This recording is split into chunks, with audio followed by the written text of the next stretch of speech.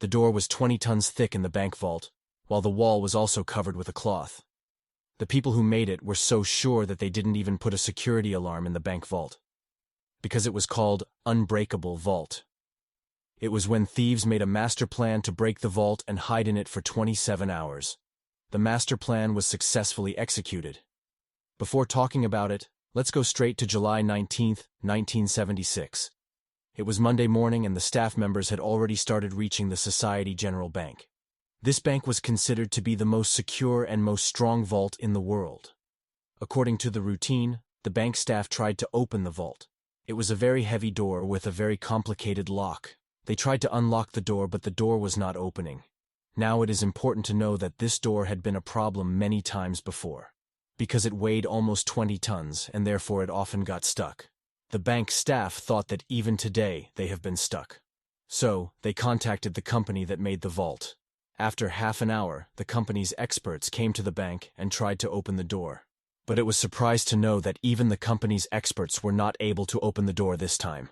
They made many attempts, but this door was not ready to open.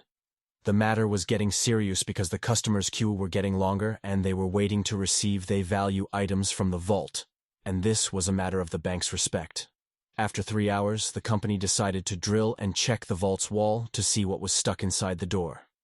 There were no signs of forced entry on all 4 walls of the vault. When they peered inside after drilling a hole using a drill machine, they discovered someone had welded the vault door shut from the inside. It was very difficult to believe this because there was only one way to enter the vault. There was no light inside and no window. It was impossible to enter the vault. Now everyone had realized that there was something abnormal here. They asked for machinery and decided to break the wall and enter. This was a very time-consuming thing, because these walls were very thick from normal walls, and there was a hole in between. After many hours of hard work, it was so clear that a person could enter the vault. And when they saw the inside, it was unbelievable. The bank vault had been broken. The bank vault has been looted, some lockers were broken, and some were open.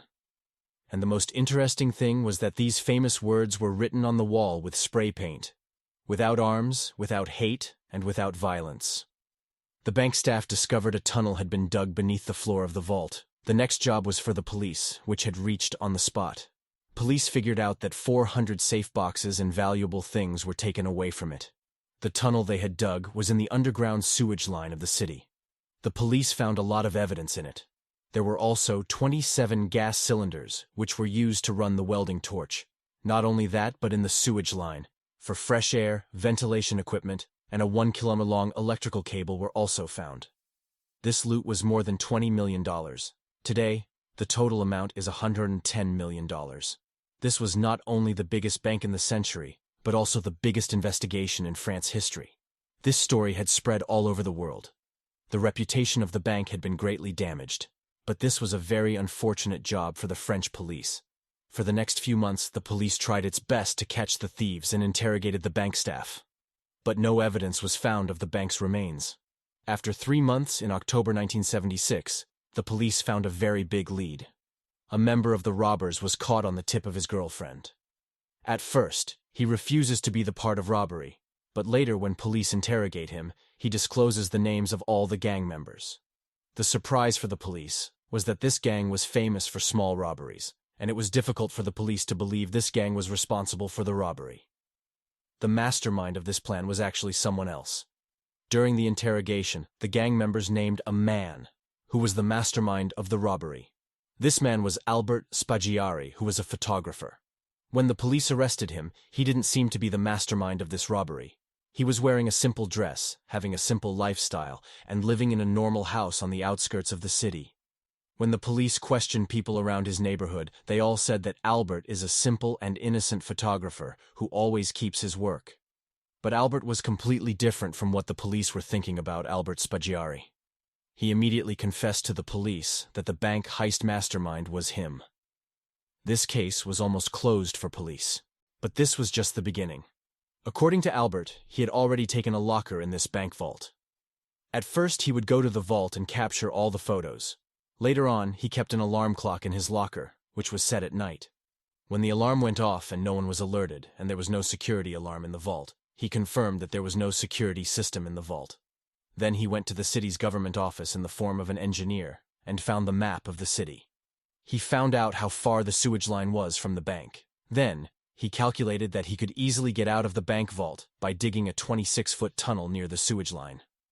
Albert contacted a gangster from the city and told him the entire plan. The gangster put his henchman to work on this task.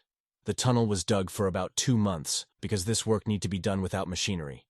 It was very important to do this work only during the night when there was no one in the bank. Albert was trying his best not to make any noise on the sewage line. Then, on 18th of July, on Saturday and Sunday night, he finally entered the vault. He had been looting for 27 hours in a very quiet manner. He had lunch and had dinner there.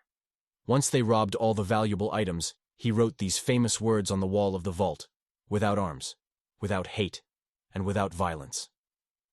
The police presented Albert to the court where he accepted his crime in front of the judge.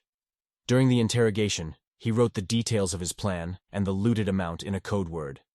He said that this evidence would only be presented to the judge, and the judge could read this code word.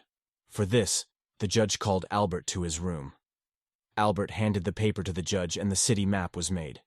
Just as the judge was beginning to understand the comprehended map, Albert immediately ran out of the room through the window. This room was on the first floor, and the car was parked below it. Albert jumped out the window and fell on the roof of the car. A bike was waiting for him at the spot. He immediately sat on the bike and ran away. Despite the police's efforts, he could not get caught. After many years, his interview was broadcast on a TV show in Italy. He said that he had been very fond of the treasures since the age of 12. "And I have fulfilled this passion through this heist." After that, French police were unable to solve this mystery. Albert died in 1989. His mother said that Albert's dead body was found outside his house. I hope you will like and share this video. Thank you for your comments. See you in the next video.